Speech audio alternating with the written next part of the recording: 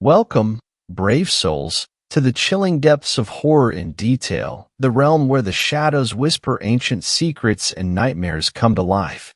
I am your guide through the darkness, and on this channel, we delve into the spine-chilling world of Wendigo horror stories that will send shivers down your spine. First story. Something absolutely malevolent exists in rural Montana. The jump scares, the monster under the bed, your friend dressed up as a man with a knife. These are all pretty damn scary. But I consider these temporary and/or mild scares that aren't slow. Oftentimes, it's a harmless scene from a movie or a friend pulling a prank on you that elicits a 5-second shriek. True fear, a pervasive fear that slowly eats away at your conscience, comes out of the unknown. The feeling that deep in the depths of darkness, something is going to take you away, that something is lurking in the shadows. It's the feeling that any second, you could be dead, the feeling that a pair of beady eyes are staring right at you, but you can't stare back. My journey began in Montana. It was a November night in 2004, and I was en route to Calgary, Canada. My family comes from Canada, and I was making the drive from my home in Billings to Calgary. The main highways were shutting down in preparation for a snowstorm, and few dared to drive out in the impending snowstorm. Me, I was a cocky 20-year-old who didn't give a damn. I figured, I was born in Canada.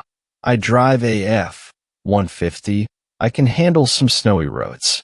Rural Montana is eerie at night, especially the back roads. The main route from Kalispell to Lethbridge, Canada, was closed, and I was forced to take a back route, a seemingly endless 2-lane road that probably hadn't been worked on in decades. I remember turning my turn signal on and heading north on that road. It was about 11 p.m., and the snow showers were beginning to turn into a windy, snowy mess, with my windshield wipers just barely clearing off the falling snow. I wasn't worried about the weather, nor the ice coating the 2-laned road, nor the health of my mother. No, I was preoccupied with the feeling that something was behind me. See, the road was entirely straight and cut through a dense pine forest. The road was devoid of any curves, turns, or signs. It was merely a 50-mile-long straight shot through a dense forest. Straight. Endless. My brights only exposed the sheer desolation, the isolation of the environment in which I was in. I hadn't seen an automobile in half an hour. I felt exposed yet utterly alone at the same time. To calm my nerves, I inserted a Toby Keith CD into my radio and cranked the volume up. The soothing sound of country guitar was beginning to relax me. It was alleviating the feeling of unease. About a minute into the song, the track became jumbled. The guitar solo was abruptly interrupted by scratchy sounds. It was akin to nail on a chalkboard. It was absolutely unbearable. As I adjusted the volume, my F-150 lost traction on the ice, and within seconds, I found my car coming to a screeching halt. I had trapped in a large snow bank approximately 20 feet off the side of the road. "Fuck!" I screamed. I turned on my hazards and proceeded to curse like a sailor as I stepped out of the car and into the snowy landscape. The blizzard hindered the visibility to the point where I could hardly see feet in front of me. A ferocious icy wind was burning my face, and the feeling of unease only grew. I threw on an extra parka and turned my car off. That's when I heard his voice. "Adam," he said. "Adam." It was a voice that absolutely sent shivers up my spine, a voice that caused me to tense up like a marble statue. It was the voice of my father. "Adam, is that you?" I gulped and could barely breathe. My father was a park ranger in Banff, and then at Glacier National Park when we moved to America. When I was 10 years old, he got lost in a snowstorm and was never heard from again. His body was never found, and while the police searched for weeks, he was eventually declared dead. I didn't have time to draw parallels between my situation and his situation, and I let emotion overtake me. Dad? I continued. Dad, I can't see you. I can see you just fine, it said. Come a little closer. I froze. The seconds of emotions and adrenaline had abruptly come to a halt. I'm a rational man. My father was dead. He had been dead for 10 years. Something else was going on. Adam, did I stutter? Come with me, it said. Come with me. It's nice and warm where I stand. Come with me. I still couldn't see whatever the fuck was speaking, and I had no time to play games. I hopped in my car and started the ignition. The damn thing wouldn't start. Adam, your car won't start. It's futile, it said. The voice was distorted this time. It sounded as if my father had the flu, a real deep, raspy voice. Despite the freezing cold, I could feel nervous sweat dripping from my brow. The slow scare I mentioned was sinking in. I couldn't think. My hand shook relentlessly as I tried to start the car. Against my better judgment, I stepped out the pickup truck and ran the opposite direction. I had never run faster in my life. The only force keeping my ass from running out of breath was pure fear and adrenaline. Behind me, I heard it calling my name, its voice becoming more distorted each second. Adam, Adam, Adam. Within minutes, as the snow relentlessly beat down on me, and as the moon became shrouded by pine trees and snow, I found myself in the middle of a pine forest. Lost completely. Its voice, however, was slowly disappearing. As it faded into the night, so did my consciousness. The cold had gotten to me, and I hadn't realized it. Before I drifted to an unconscious sleep, I slowly put two and two together. It's November. My dad. November. Snowstorm. Lost forever. Those were my final thoughts before waking up in a Great Falls hospital. Surrounded by doctors, I glanced around me. I was dizzy and dozed in and out of consciousness before finally waking up. I drew a comparison between what happened to my father when I was 10 and the near death I had avoided. I shivered. After minutes of recuperating, the doctor beside my bed explained what had happened. Mr. Redacted, you are a lucky man. You were found unconscious 200 yards away from a country road. Your body temperature was 88 F. I'm amazed that you seemingly won't suffer any long-term effects. Who found me? I asked, completely dazed, still recalling the thing that had chased me. Some man driving to Missoula saw your Ford deep in the trees off the side of the road, your hazards reflecting some light. Minutes later, he heard groaning and found your motionless body in the snow. The doctor continued, I only have one real question before I let you rest and talk to your mother. What drove you to leave your automobile and run into a pine forest in the middle of a snowstorm? He coughed and chuckled as he said, come on, what happened? Did you see a ghost? As he laughed at his corny joke, I thought to myself, I wish I had seen it. Second story. I heard the last words of the woman in the woods. My hometown of Cedar Creek, Colorado had a woman who everyone loved to hate. Her name was Ms. Gatlin, and she was both my elementary school's janitor and the scapegoat for all unfortunate events around our town.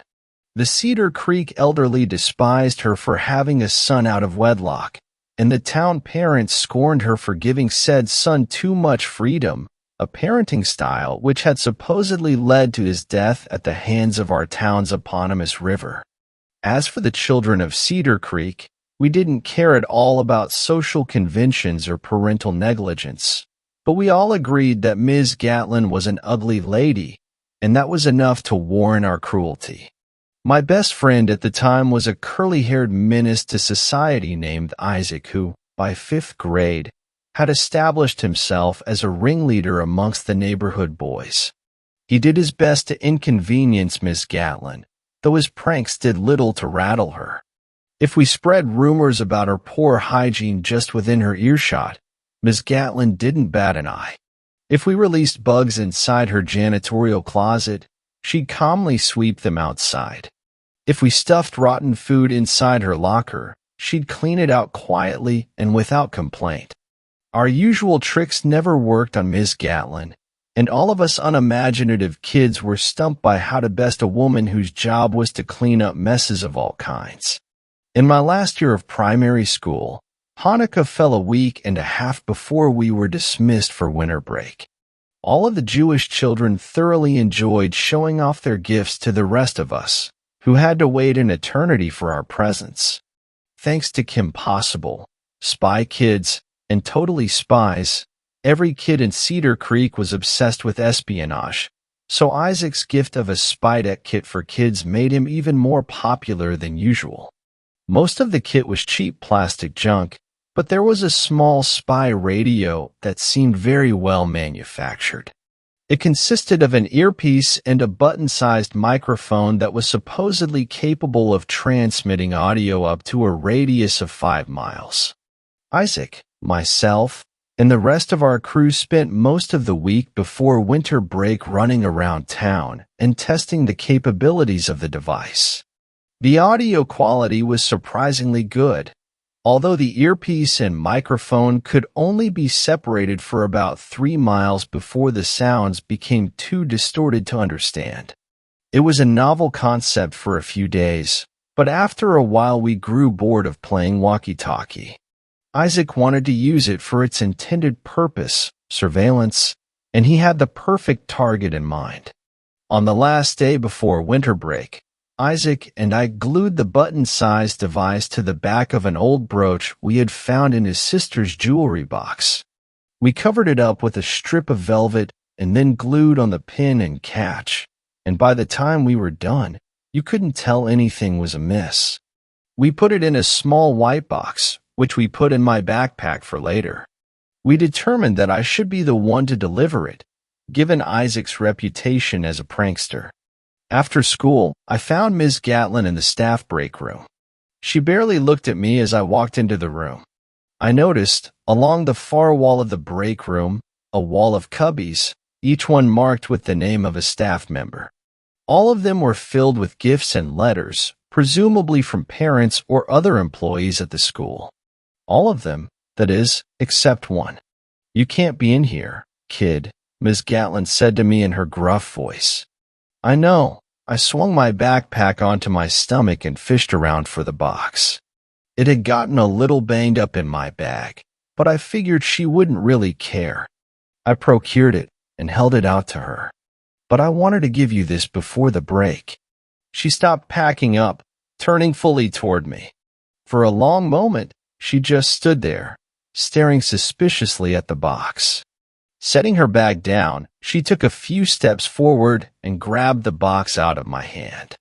She gave it a slight rattle and then opened it slowly.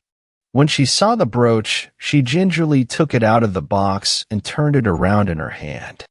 Then she paused again, looking between the glittering, fake emerald and me. "It's not new. Sorry, it used to be my mom's," I told her, going off of the script Isaac and I had conceived to add more authenticity to the handoff. "She doesn't wear it anymore, but I thought you might like it." Ms. Gatlin kept staring at me, her expression unreadable. I half expected her to chuck it into the garbage bin in the corner of the room, but to my relief, she gave me a single nod. "Thank you," she said, and pinned the brooch onto her cardigan carefully, like it was a precious gem and not some cheap hunk of plastic. I gave her a smile that she did not return, and then she shooed me away. Isaac was waiting for me in the woods outside school. I flashed him a thumbs up, and he slapped my back twice in congratulations. He pulled the earpiece out of his backpack and held it between us. I put my ear next to the speaker and was delighted when I could hear movement. The sound was slightly more muffled now by the velvet backing, but the audio quality was still really good. We heard the sound of snow crunching under Ms. Gatlin's feet as she walked herself through the woods home. We listened giddily for a few minutes, then raced back to my house to celebrate our success with hot chocolate. Since we had the attention span of two 10-year-old boys, we forgot about our triumph until just a few minutes before Isaac's mom came to pick him up. When I remembered, I pulled out the earpiece, which we had decided would live at my house since it was closer to Ms. Gatlin's, and listened. More than last year, but not as much as the year before last. What do you think about it? Do you like it? Can you feel it? I see. Me personally, I've loved it since I was a little girl. It falls so prettily. What the heck is she saying? Isaac asked me, as if I had any clue. The better question, in my mind at least, was who the heck was she talking to? She had no kids or husband and didn't have any friends as far as I knew. I dunno, I said. She's talking about snow, I think. Though the question, can you feel it, seemed an odd thing to ask anyone. We sat there listening to her talk for 5 minutes straight. I'd never heard Miss Gatlin talk that much in my life, even though I'd seen her most days since I was only 5 years old. Looking back, I'm not entirely sure what we had expected, but it certainly wasn't a monologue of that length. We strained our ears listening for another voice, but heard nothing. Maybe she's schizophrenic? Isaac volunteered. I had no idea what that was, but I trusted his authority. His mom showed up to take him home, and I turned the speaker off to walk him outside. After that, every once in a while, I would turn the speaker on and listen. It seemed that no matter the time, be it early in the morning or late at night, Miss Gatlin was always talking. She talked about all kinds of things, everything from clothing to stocks to the weather to politics. Sometimes she prayed, talking so quickly and quietly that I could only make out one out of every 5 or so words. She apologized often and spoke constantly of a promise. Sometimes, when I turned on the speaker, all I heard were sobs, and sometimes the conversations were so strange that I couldn't make heads or tails of them. A young woman smiled at me today at the grocery market. Isn't that just the sweetest thing? I felt like it's been so long since someone smiled at me like that. Yes, I know she was just doing her job. Probably doesn't even know my name, haha. Oh, how hard this has been, how lonesome. But I am so very close to the finish line. I won't break my promise now. A few days before we returned to school, Isaac and I made the trek over to her house in an attempt to figure out who she was speaking to. I had seen her house a few times before, and each time I was taken aback by how small it was. Isolated and weathered, her home stood at the edge of the southern woodlands on a large plot of land, off of a street with very little through traffic. I remember standing on the side of the road with Isaac, staring at the shack-like house, which must have only had room for a bedroom, a bathroom, and maybe a tiny kitchen. There's no way anyone else lives there, Isaac said after a while of standing and staring.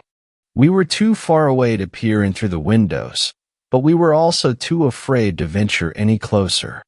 She's either a witch, or she's just some sad, ugly old lady who went crazy from having no friends. Isaac got bored quickly, so we left not too long after that. After we had made our way partway down the street, something compelled me to turn around and give the house a final look.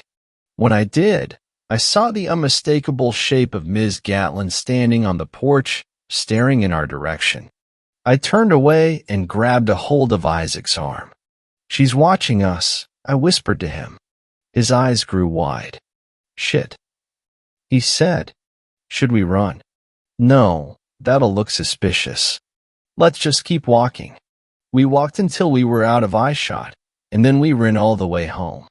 I'm not quite sure what spooked us so badly, but for some reason, even when I was back in the safety of my own home, I couldn't shake the feeling of eyes burrowing into my back. And soon they'll all be coming back. It's hard seeing them sometimes, knowing my Oliver was among them once. Sometimes I think I see him. At least it'll get easier soon. Thanks to you. By the time we went back to school, my friends had grown bored of the spy gear. I volunteered to return Isaac's speaker, but he said it was practically useless now since we couldn't retrieve the microphone. Surprisingly, Miss Gatlin continued to wear the brooch every day. It was always pinned to her non-work clothes, so the only time she was unbugged, as Isaac put it, was when she was in her janitorial outfit at my school. Seeing her guard the brooch so carefully made me feel kinda bad. Was that the only gift she had gotten for Christmas? Was it the only gift she had gotten in the past decade? Maybe she wasn't a witch or crazy. Maybe she was just lonely and had learned to cope by talking to herself. Months passed. Isaac and company, finally coming to terms with the fact that they would never get the rise they were looking for out of Miss Gatlin, moved on to terrorizing a curmudgeonly old man who lived across from Cedar Creek Elementary and was always yelling at kids for one reason or another. I was happy for Miss Gatlin. One day in March, I found her sitting on a bench at the edge of campus during lunch. I took a seat next to her, not expecting much. She took one look at me, then fixed her gaze back at the sad-looking sandwich in her hand. "What do you want?" she asked without looking at me. "Nothing. Just wanted to sit here." She picked at the sandwich. "We're not friends, kid." "I know. You don't have any friends." "That's right," she nodded.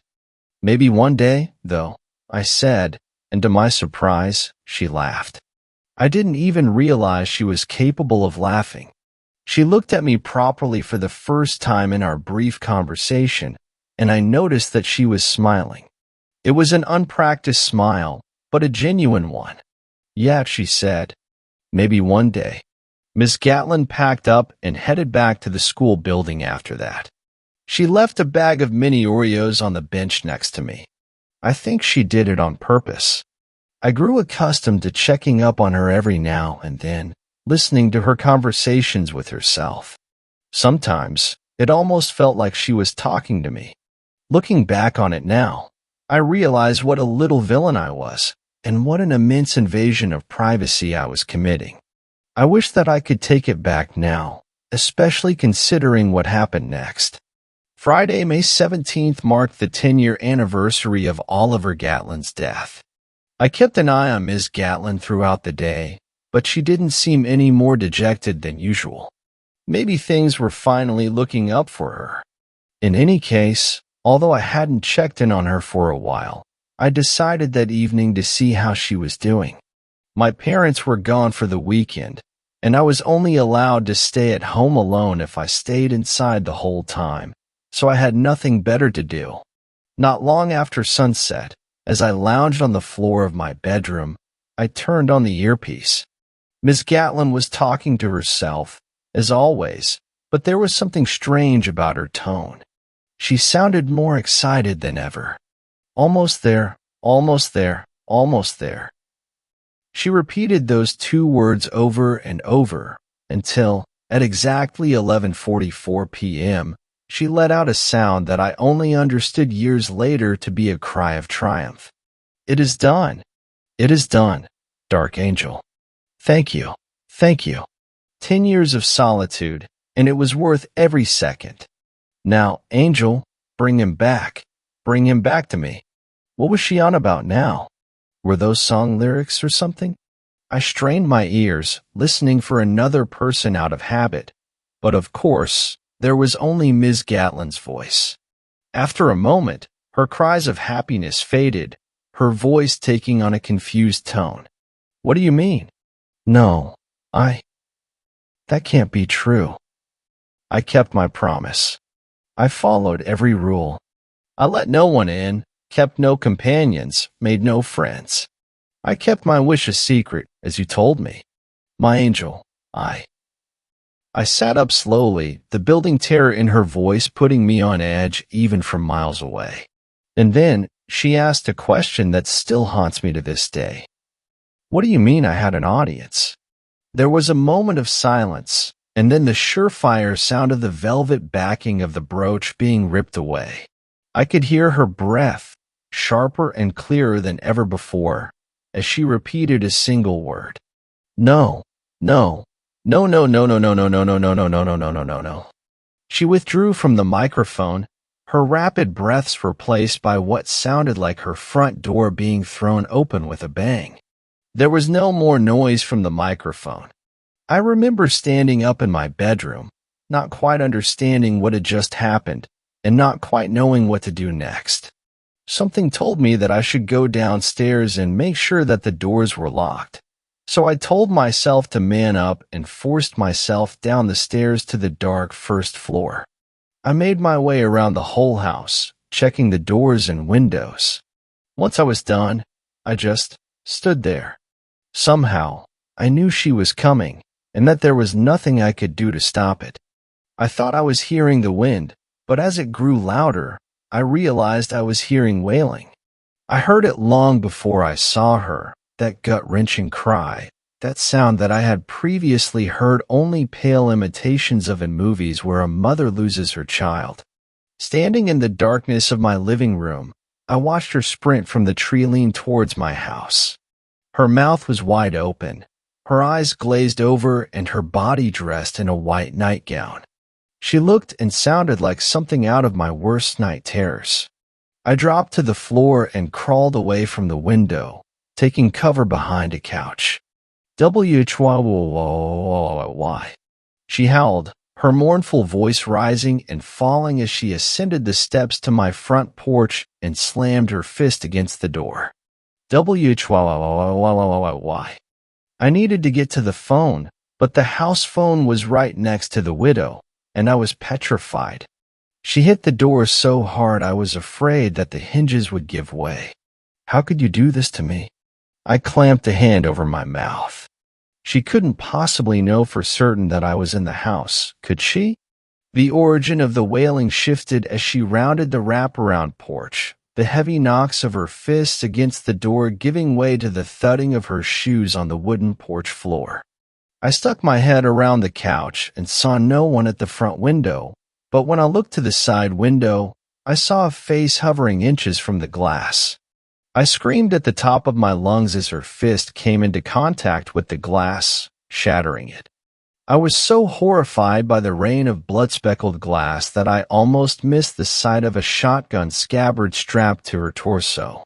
Certain I was about to die, I screamed at her to go away, to leave me alone, and she screamed right back at me, asking me questions that I didn't understand. Dogs had begun to bark at the commotion, and my next-door neighbor's porch light turned on. Please just go away. I shrieked as I finally found my footing and raced to the phone. I grabbed it from its holder, starting to type 911 as I decided whether or not I should risk running to the neighbor's house. When I looked at the broken window, though, she was nowhere to be seen. The wailing had receded, growing fainter and fainter until I couldn't hear her at all. I stood there dumbly until the sound faded entirely, my hand shaking. She was gone. I was sure of it. Should I still call emergency services? After a moment, I heard another, fainter sound and recognized the statusy audio immediately as a transmission from Isaac's spy gear. I raced upstairs, still clutching the phone, and grabbed the speaker from the floor where I had dropped it. I pressed it against my ear, listening to the faint sound of a familiar voice. I hope this was worth it, kid, it said, calmly and coldly. I hope you and your friends can laugh about this. I heard a bang, and then I heard nothing at all. It took 2 weeks for the police to find her body. Her final resting place was deep in the woods, under a thick shroud of junipers not far from the banks of Cedar Creek. As her face was mutilated beyond recognition, her body was identified by the shotgun lying beside her. They say that, although she was covered in enough blood to entice every animal within a 3-mile radius, her corpse was untouched by the beasts. Even the insects seemed hesitant to feed and the fungi slow to grow upon her body, as though even the lowliest creatures feared contamination by the lonely woman in the woods. They did not find a brooch on her person. Third story. Unidentifiable 10-foot-tall creature spotted in Lebanon, Maine. My sister and I were driving to a haunted walk in Lebanon, Maine called Destination Haunt, and while in the town trying to find the place, we drove onto this really old dirt road called Lord Road from the east. At the time we turned onto the road, it was day and the sun was out. As soon as we started driving down, the sky turned near black like night, as if the sun was setting, and a fog engulfed the road. We quickly started joking about how this is like one of those wrong turn roads in those horror movies where a group of kids get lost in the woods and never leave. It added to the effect when we drove over an old wooden bridge suspended over a river. My sister acknowledged the narrowness of the road and asked how two cars could fit traveling in opposite directions. I joked, "Well, no one ever leaves this place. In Maine, all you see are fields of trees for hundreds of miles at a time, but the trees on this road looked unusually different. They were all collectively old and had the color sucked out of them. Their branches and bases curved in usually zigzag patterns, unlike conventional trees that grow in a pattern to get the most sunlight." I drove a few miles until I had enough of the massive puddles and decided to call the place we were trying to find. They told me that their location was miles away on the west side of this road and to turn back because the east side was flooded, and we should enter the west end entrance located on the other side of town instead. We turned around and saw a moose walking across the road, very normal in Maine, but right behind it was a 10-foot-tall black as can be two-legged and unnaturally slim creature running unnaturally fast across the road. My sister screamed. It looked like Slender Man. Only it had huge black jagged horns and had no apparent bodily features or shape to it. It looked like a 2D cutout of an unnatural human. When we drove by where he ran, we looked into the woods and saw it standing on two legs next to the moose. It leaned over in a hunchback manner and started walking around on all limbs, and there were others just like it emerging from the mist. We drove the hell out of there, hoping my engine wouldn't seize from the huge-ass puddles. But on our way back, we saw two abandoned buildings with old cars from the 50s and 60s that rotted into the earth. Those houses were not there before when we originally drove down. The creepiest part was when we got back to the main road because the sun was almost set and the sky almost pitch black. When we pulled out of the road, the sun reappeared. The sky readjusted to day as if nothing ever happened.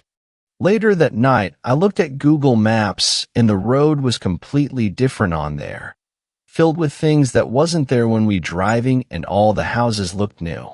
After telling a few people about it, someone told me that Lebanon, Maine is known to have a lot of strange paranormal stuff happen, and that there is even a self-proclaimed witch fortune teller who lives there.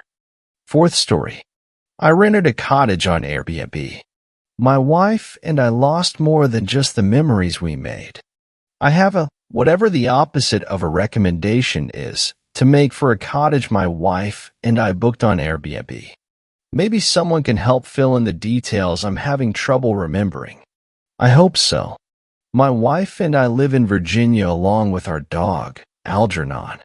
We both work and have a decent amount of friends, or friendly acquaintances at least, so our lives are relatively busy.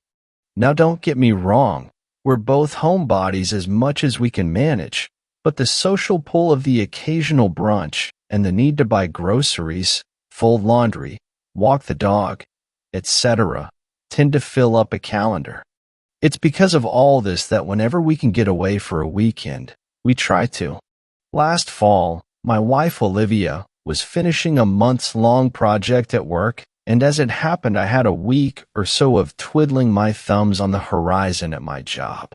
We decided to seize the opportunity and take a 3-day weekend in the Blue Ridge Mountains. My coworker, Martin, invited himself along, but being friends outside of work, we were happy to have him. Now here's where I have to start relying on some kind of fuzzy memories. We found a place to rent on Airbnb for a steal. I recall the host saying that there was a cancellation, but when I later went back to check the website, I found nothing. My bank account and my emails, nothing. No mention of the cottage at all. I call it a cottage, but if you're thinking of a log cabin in the woods, you're picturing it wrong. Think more Rivendell from the Lord of the Rings movies, but with a chef's kitchen. You get the idea. I had asked my wife what she thought, and she matter-of-factly said, "Honey, I would fuck that house." So it was settled. A week later we left. I couldn't tell you where we drove exactly after we got off the Skyline Drive. My Maps app doesn't seem to remember either. But the mountains were beautiful as we slowly curved around the meandering scenic roads. Yellows, tawny reds, campfire oranges, and blues as they stretched onward into the distance. We took our time, stopped at overlooks, bought some fresh vegetables at a roadside stand. At the vegetable stand, the seller, a friendly woman in a thick sweater and jeans, asked us where we were staying. I told her. Now, I can't remember what I said, but I can remember the look in her eyes, a look of fear, warning, I now know. She had gripped my wrist so tightly, but then said, "Enjoy your stay. It's a really beautiful cottage." What was that? My wife asked as we drove away. I don't know. Mountain flirting? I joked uneasily, watching the seller's terrified face as it shrank away in my rearview mirror. Martin's blue Jetta was parked next to the cottage as we pulled up. We took the place in through the sap-freckled windshield of our SUV. Large, vaguely Nordic, in pale creams and whites with an A-frame roof and a wrap-around screened-in porch. I can still picture it perfectly in my mind. I've even tried to draw it a few times. I'm no great artist, but I can draw well enough. Even so, the pictures always end up looking like heavy-handed scribbles. We took our groceries and bags out of the car and looked forward to sun-dappled hikes and cool, lazy evenings drinking wine and listening to the music of the crickets. Martin greeted us at the door after we passed through the rocking chair-laden porch. I say greeted, but really he stood in the doorway as Olivia opened it. He looked, I don't know, tired, I suppose. "Hi, Marty," my wife said, throwing her arms around him in an ungraceful, very Olivia hug. Martin stared at me over my wife's shoulder, his eyes widening in a look somehow reminiscent of the vegetable seller's. His bottom lip was trembling slightly, and as I knitted my brow in confusion, he whispered, "Don't." Olivia continued, exuberant and oblivious. "My God, I feel like it's been months. What about this place? It's fucking gorgeous, right? Where's? Fuck. I try to remember it all, but some of the details still evade me. Come in. Oh my goddess, Livy. Yes. Gorgeous. Wait until you see the view from the balcony off the loft. Chills. But first, wine." Just like that, Martin exploded into his usual extroverted self. Olivia had pushed past him, and boom. A joke? I wondered as I hefted a duffel onto my shoulder and held the tiny handle of my wife's rolling suitcase. Maybe Martin had run into the same vegetable seller on the way up. He did have a sometimes overly dry sense of humor. I justified the shift in my mind. The commonalities of the afternoon were coincidence. A feeling needling in the back of my mind told me something was wrong, but I ignored it. I was being paranoid. As I stepped through the door, I was struck by the beauty of the space. There was an ethereal, almost heavenly quality to it. Large picture windows ran up the far side of a great room, split by a loft where a number of plush leather club chairs sat partly hidden by a carved wooden railing. The main seating area was sunken into the floor, an inviting nest of stylish Scandinavian mid-century furniture and a cast-iron stand-alone fireplace. Otis Redding's voice drifted through the air in a cut of The Dock of the Bay I'd never heard. "No TV? Huh?" I remarked, putting down the bags. "And you'll have to thank the host for that. And for the wine," Martin said, pouring another 2 glasses of red to join his own. "Don't worry, Will, there's a record player. Take off your shoes and dust off some of those moves I saw at your wedding." He must have seen me frown or something, because he continued with, "Oh, come on, man. If you're so hard up for a screen to sit in front of." I remember the website saying there was a TV in the basement. My wife's and Martin's idea of relaxation was slightly different from my own. They dance and sing and get drunk, but I needed a ball game from time to time. It could wait a while, though, I thought. For now, I'd enjoy the serenity of our little woodland paradise. I don't remember much of the rest of the day. We drank wine, I'm sure, and I seem to remember helping Olivia make a grilled cheese sandwich with a cast iron skillet and press. All in all, the day and night was uneventful. Until around 2 a.m. Olivia shook me awake from a sound sleep. "Will, we forgot Algie in the car. He's been out there for hours." "Baby, he's probably so scared. Can you go get him out?" She was frantic, panicking. "Liv, we took Algernon to a doggy daycare before we left." I croaked groggily. "He's fine, honey. You were the one who walked him in." It took a while for the hyperventilation to calm down, but as soon as it did, she was out like a light. I wasn't so lucky. I lay awake for some time picturing the face of the vegetable seller. She had seemed so frightened, like a parent watching their child follow a ball into a busy street. I closed my eyes and tried to think of anything else, tried to imagine the next few days. I might have actually started to drift off when I heard the scratching.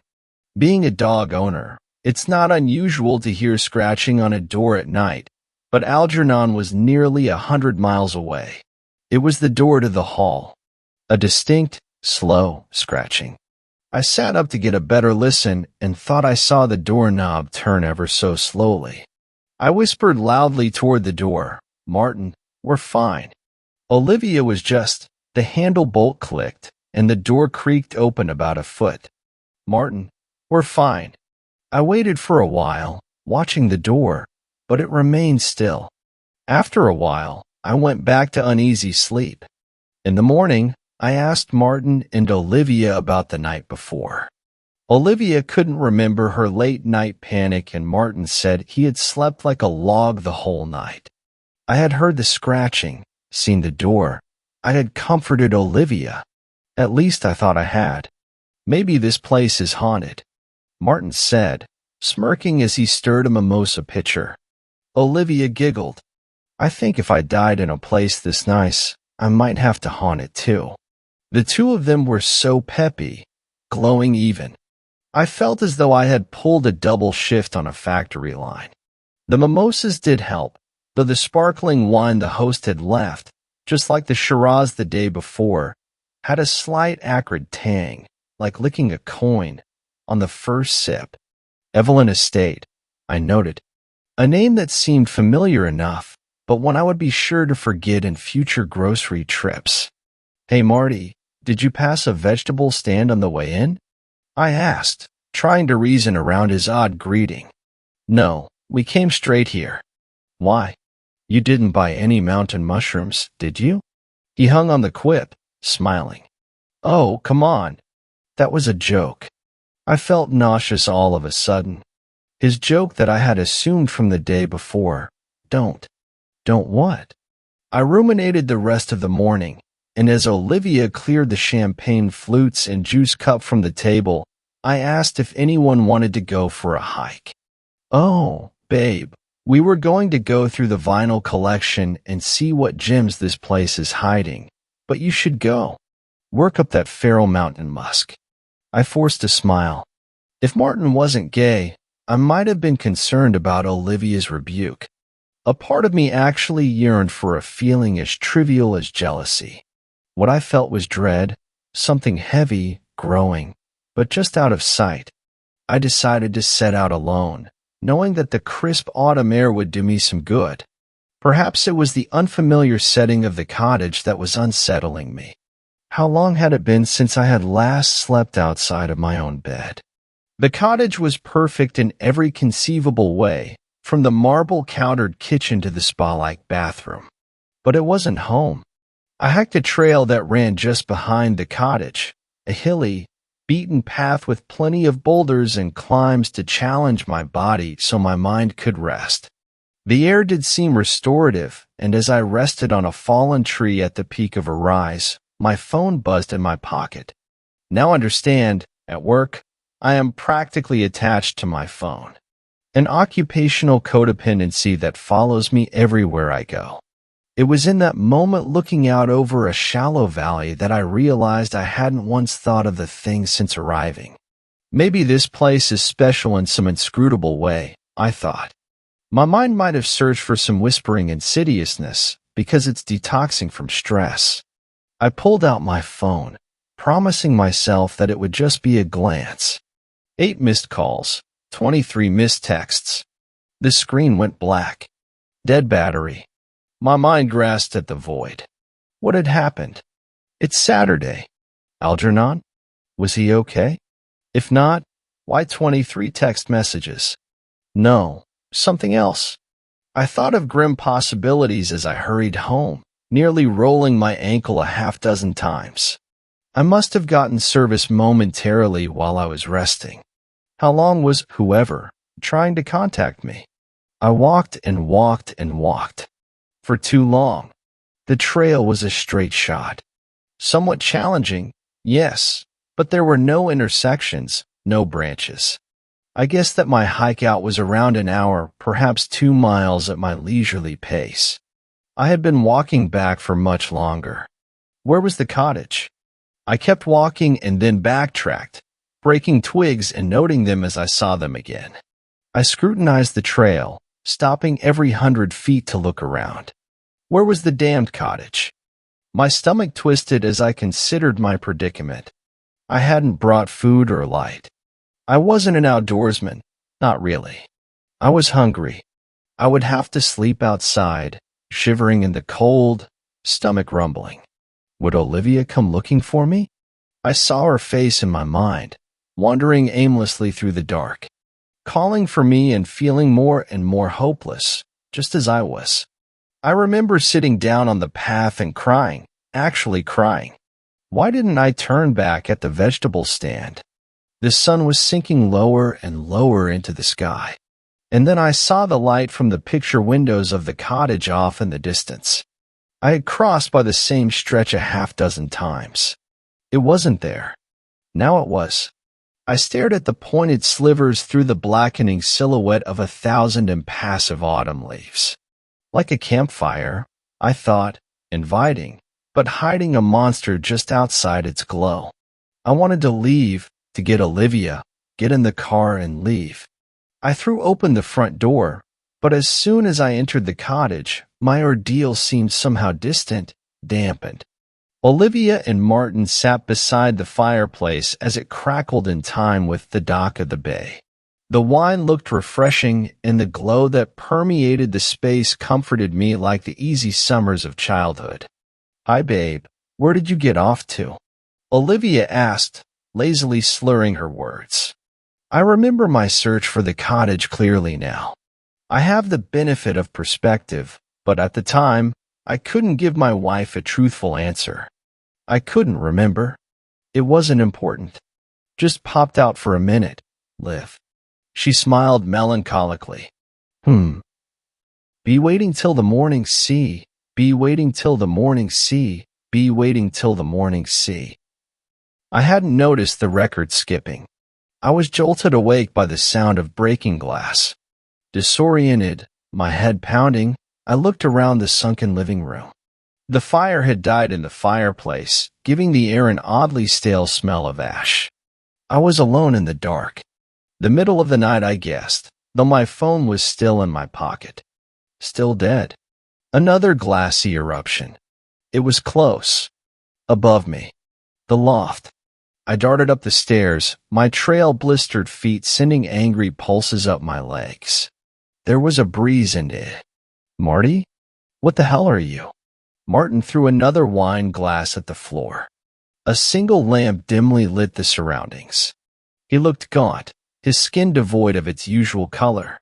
All over his arms were small, dark rings and circles. I stepped closer.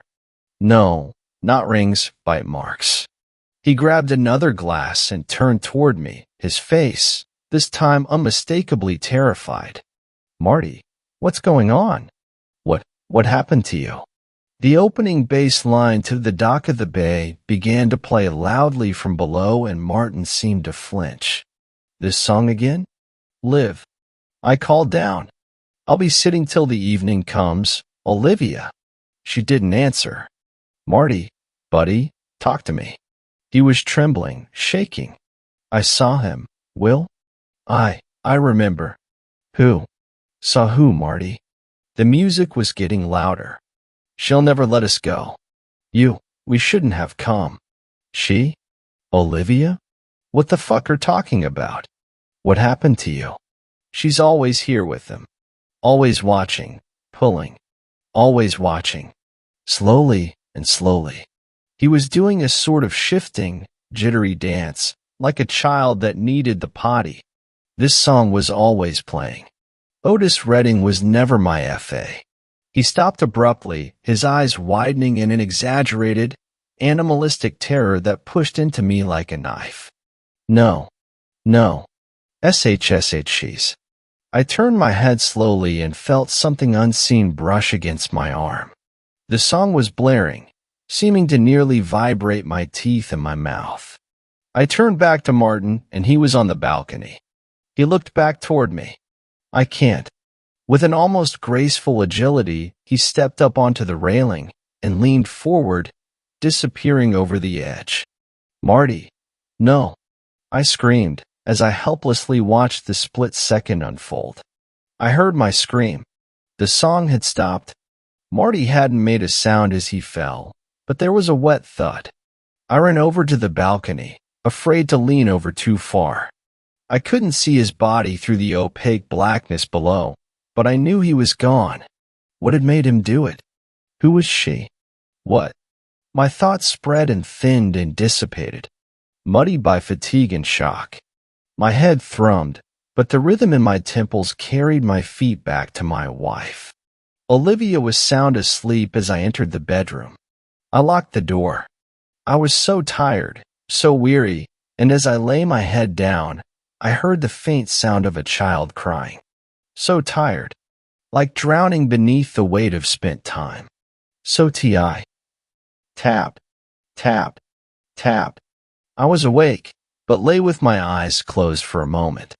The light on the other side of my lid seemed bright. Tap, tap, tap. I could hear something faint in the background, comforting, melodic, beautiful. My head hurt. Tap, tap, tap, tap. No, my head pounded, coursing icy waves of nauseating pain that jarred my brain in a rhythmic tapping. I felt something coarse and rough beneath me, not the expensive feeling sheets of the bed. The familiar, enchanting melody sounded distant, hollow. The light was too bright, but I laboriously pulled open my eyes. Tap. Marty. The events of the night before came rushing back. I was on the floor of the sunken living room. How? I heard Olivia humming through the ringing in my ears, a reverberating echo of the tapping. I pulled myself to my feet. Olivia. Morning, babe. You look like you slept well. I'm just making a pitcher of Bloody Mary, extra spicy how you like it. You want one? She was stirring and swaying her hips to whatever song was in her head. Olivia. Martin. He. Last night. Who? She smiled, radiant, beautiful, a divine portrait of my wife in a scarcely buttoned shirt that ended mid-thigh. One of mine. Martin. Marty. He. A sob caught in my throat. He killed himself last night. He jumped off of the balcony. Her face softened into a look of vaguely maternal concern. Oh, babe, that's terrible. Was he one of your baseball players? No, Olivia. Marty. Martin Harris. Our friend. The one who came with us on this trip. Look, if this is a joke, Liv, it's fucked up. He's dead. Liv, he's fucking dead. She carried a glass over to me, her face bearing the slightest touch of confusion. Will, I can see you're upset, but we came on this trip alone. Our romantic getaway, remember? She ran a finger along the inside edge of the button-down shirt to her navel. I don't know any, Martin. She took a sip of the drink and licked her bottom lip. It's just us. I know, Olivia. I'm fucking serious, Martin, he. Will, you're confused, stressed. Maybe we could just. She closed on me slowly, sliding the shirt up over a bare hip. I could feel the inviting heat of her body, the curve of her. No. Fuck. I tried to focus. Martin. He was dead. Olivia, something's not right here with this place. Don't you see that? That damn song, the wine. When was the last time any of us ate? Everything was coming together, all of the little details. Martin had said he remembered. What were we forgetting? Olivia flexed her hips against me, shrugging the shirt off of one of her shoulders. Her seduction. The cottage, I thought. It's all a seduction. I pulled away from her and ran up the stairs to the loft. Martin was there. He had to be. I saw him jump. As I crossed the loft, a shard of glass bit into my foot, sending me hobbling toward the balcony. The glass that Martin broke the night before. It had happened. I wasn't crazy. I opened the doors, my head in the vice-like grip of a tightening migraine. I looked. Martin. His body, thin and pallid as the night before, sprawled over a wide granite knob that jutted from the earth. But he was mutilated, shredded, innards scattered, and muscles torn from bone as if by some wild animal. What had happened to him? What? I heard the music begin to play again. Sittin' in the morning sun. I hopped away from the balcony. Olivia. He's down there. Suddenly, my thoughts poured out of my head and over my shoulders, washing me in a warm release like coming home from the snow. I heard the shard crunch in my foot as I brought it down. This really is an amazing song. The cottage is magical. I walked toward the stairs, gazing down on the room below. Olivia lay on the sofa, propped up on her elbows, bouncing a raised foot behind her to the rhythm of the song. The shirt she had been wearing sat crumpled on the floor. Our romantic getaway, I remembered. Just us. I awoke on the sofa, my head resting on Olivia's chest. My mind was foggy, but light. Olivia slowly stroked my hair, and as I stirred, she said, I was wondering when you'd wake up. Were we talking about something? I wouldn't say we talked much. She grinned. I felt, in that moment, like I was missing a word on the tip of my tongue. Something slightly elusive but ultimately unimportant. How long have we been here? I asked. She sighed. Not nearly long enough, but you should really go for a hike. You said the whole way here that you didn't want to sit around the whole time like a vegetable. Vegetable? So how about it? Why don't you go work up that feral mountain musk? Feral. I felt a wave of déjà vu come over me. Not a bad idea. I might just pop out for a bit. The words came out of my mouth without my thinking them, but I had some nascent misgivings about the notion of a hike. Had I heard some story about a mountain lion attack? A hiker who had gotten lost? I couldn't remember. Actually, Liv, I think I remember something about there being a TV in the basement. I might check to see if a game's on. I felt her chest rising and falling beneath my head, her breath quickening slightly. Don't. She had whispered the word with a sudden urgency. There was something foreboding and familiar about it and how she said it, but as I craned my neck to see her face, she looked into my eyes through heavy lids and slurred out, Don't. Forget your drink, babe. The door to the basement wasn't obvious, a short door, perhaps 4 feet tall, in the hallway to the bedrooms. I ducked low before carefully descending a flight of steep, squeaky stairs. My foot hurt like I had accidentally caught a nail or something, but kept heading downward. I heard the sound of static before I noticed the blue-white glow of the television. Did Olivia leave it on?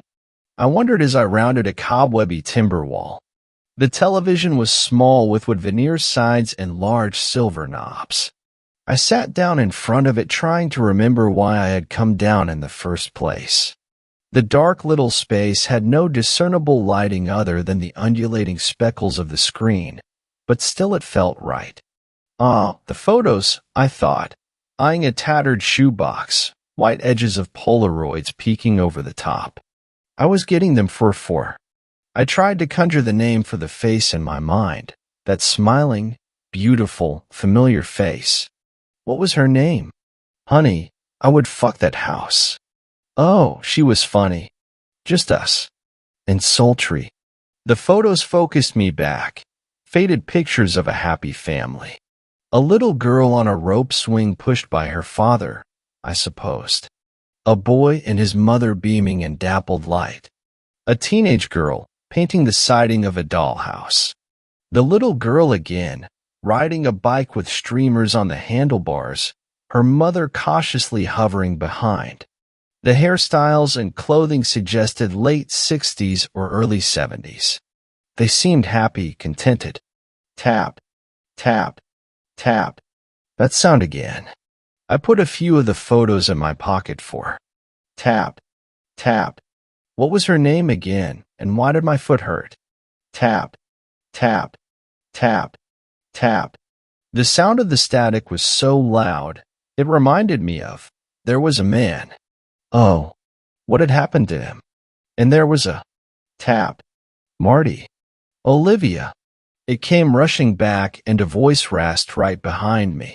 You don't belong here. Get out. My head was suddenly stricken with a blinding pain, like someone had struck it with an axe. I looked around frantically, my vision blurry. You don't belong. I felt a sudden chill overtake me and then heard quick footsteps in the distance. The stairs. Will. Olivia screamed from above. Olivia. I shouted back, my voice hoarse, my throat dry. I trudged toward the stairs, limping past my agonizing foot. I felt so weak, feeble, resting at each of the stairs in order to keep going. Olivia screamed again, a piercing, guttural scream. I pulled myself through the small door and onto the dusty floor of the cottage.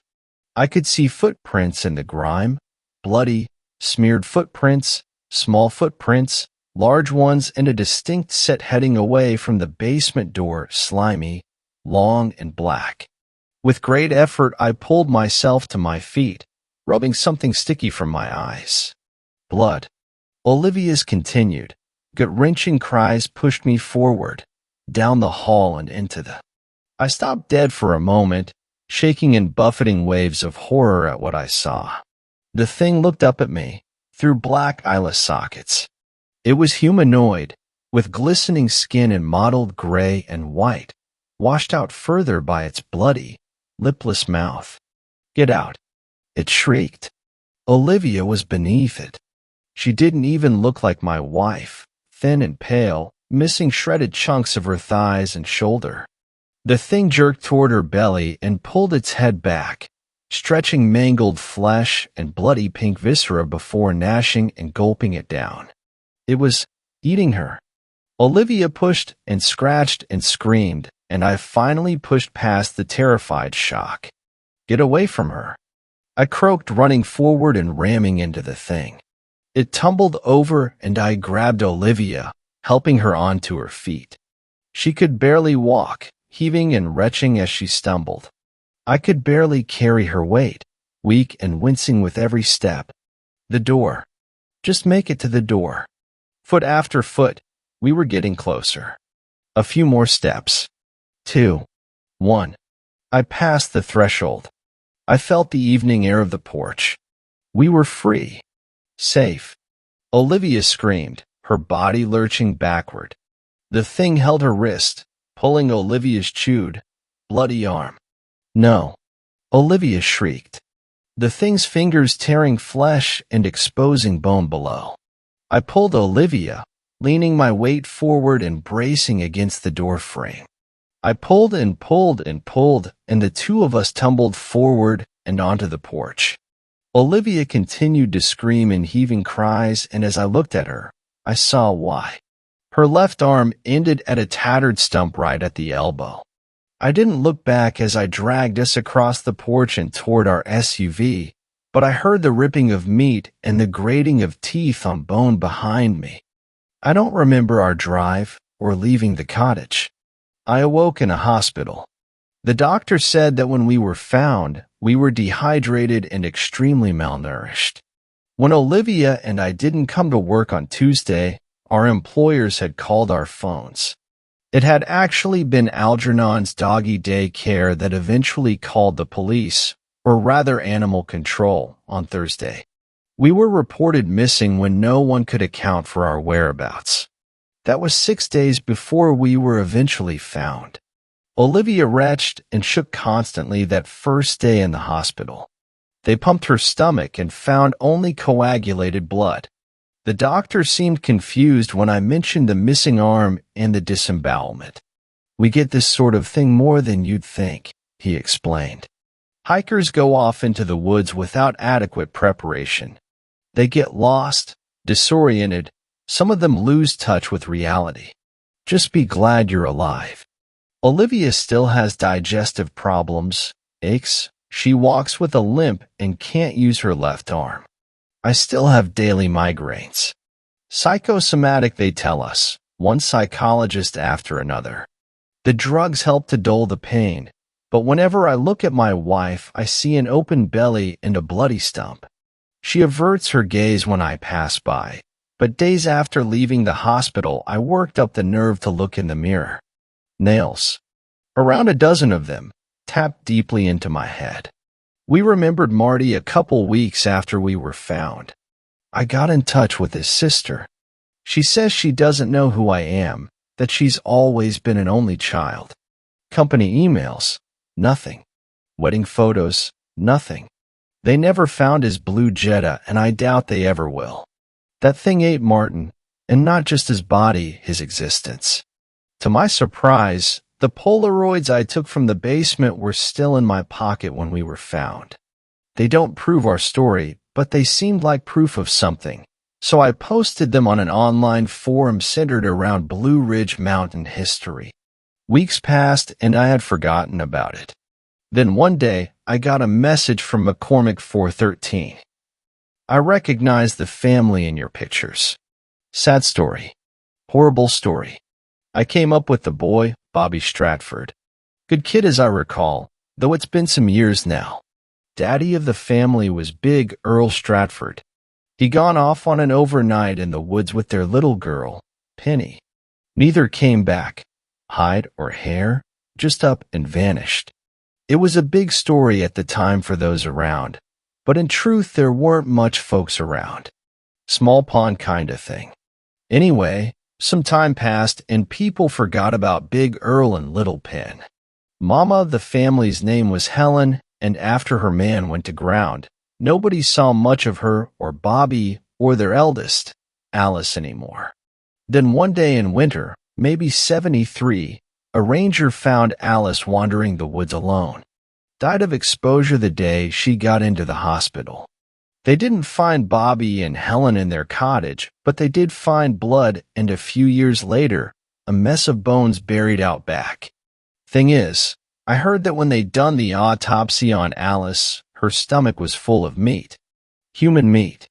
Some folks said she ate her whole family, others that it was just Bobby and Helen. A couple locals say she caught her death in the cold looking for another meal. Like I said, sad and horrible. Be well, brother. Alice Stratford. The name taps in my mind. The girl with the dollhouse. The thing that drove my friend to suicide and fed on my wife for days. I didn't tell Olivia about the email. She's been through enough. After remembering Marty, she began to remember someone else. Chris Harris. The name rang a bell. He was Marty's husband. He loved Otis Redding. Marty called him his Frisco Bay. After the song, that song, I started to remember Chris too. Stirring drinks, dancing in the sunken living room. Olivia and I don't talk about it much. She's been through enough. I don't want to burden her with all of the memories that have been slowly seeping back into my head. And I don't have the heart to tell her that just recently I've begun to remember another guest of the cottage, Evelyn, our daughter. Fifth story. Have you tasted human flesh? I was 14 years old when I first met the Wendigo. The Algonquin-based Native American tribes believed Wendigos were, indeed, people. It is commonly known that the Wendigo is a human that has consumed human flesh. However, it is not commonly known that the act of cannibalism was considered to make a person vulnerable to an evil spirit, allowing them to be possessed and become a Wendigo. A mental illness is even named after it. Wendigo psychosis is the need to consume human flesh as food. While some consider it to be made up, there is evidence to suggest its existence. A man called Swift Runner in the 1800s killed and devoured his family, despite the fact that he was 25 miles from food. More recently, in 1981, Issei Sagawa killed and consumed a woman, driven by desire, curiosity, maybe something more? The Wendigo legend is considered nothing more than a spook story. After all, the Wendigo is now only a scary monster, as detached from us as vampires or werewolves. After all, there is no one that is truly starving in the beautiful, gluttonous United States. Why would we fear consuming each other? We whet our appetites on gleaming, luscious meals day after day. In the dead of winter, surrounded by ice and snow, and the howling of the wolves, we have our heating systems to keep us warm. But the Wendigo came to me that day, but not how I would expect. No, he did not lumber out of the woods, 20 feet tall and ghastly thin, supporting heavy antlers and a mouthful of ravenous teeth. He appeared to me, in the mirror, as myself. Because, at the heart of it, all monsters come from people, one way or the other. I stood in front of the mirror. I was plump with full cheeks then, almost pretty. He spoke to me with my own mouth, with my own voice. But my eyes were not my own. There was darkness. Gears of shadow clicked and rolled behind my irises. Have you ever tasted something worth the price? I was startled, of course. Who wouldn't be? I did not know what he was. Only research and agonizing would bring me to his name. What? I asked. I feared insanity, maybe. What I had just said seemed to come from outside of me. Have you ever chased down your prey? He told me. Sunk your teeth into the body? Consumed their flesh, every molecule? I was scared, of course. But what the Wendigo offered was almost intriguing. Perhaps they only come to those they know will be receptive to their call. No, I haven't, I told the mirror, and watched the spirit go back behind my eyes. You grow fat on food not worth the boxes that contains it. But flesh, when you eat it alive, it is not only flesh.